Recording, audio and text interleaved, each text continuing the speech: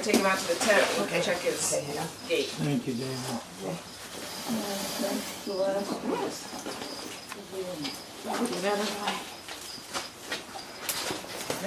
Yeah, sure, just give Kevin 2 pictures. You can see what happened is his tail was severed by another alligator, and then he's trying to store his body fats. He's trying to store his body fats in a very short stub where it normally would be in the tail there. So before they came up, Dr. Georgie here helped do the motion studies on these, and so he came up with a tail that would counterweight, because when he swims, all this fat, his butt would raise in the air because fat doesn't sink.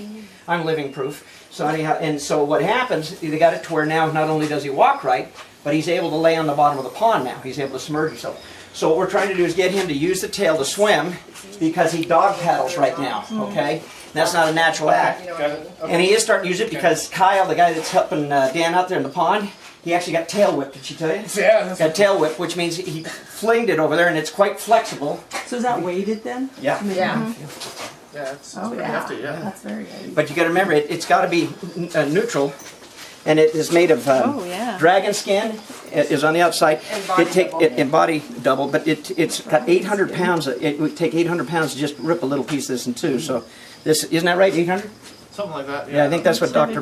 Mark said. So anyhow, and then this yellow stuff is body double. So what they do is they squirt it in there, and it kind of form fits to the tail there. And then we keep on changing the harnessing to just basically make a little bit easier for him to do it.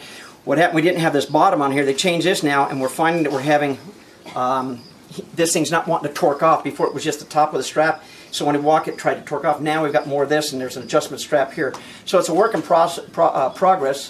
Justin and then Core Institute is the one that's doing the prosthetics for us. We couldn't afford to do this. They volunteered to do this, and they've got thousands of dollars in engineering and material in this to do this. And they've also committed to building a new tail for him as he grows. And this was on TV? Oh yeah. What? All of them. And matter of fact, it made we've received interviews from the Netherlands, Germany, Britain. So like news? Yo, big time. Yeah. It's the first time a crocodilian has ever gotten a prosthetic limb of any kind. What's his name? This is Mr. Stubbs. Mr. Stubbs. Yep. So we could probably Google Matter of fact, Mr. if you Stubbs Google and go- Mr. Stubbs, there's about 20 articles on it right now. Got him? I got him. All right, just watch the heat. Yep. All right. Can you excuse us?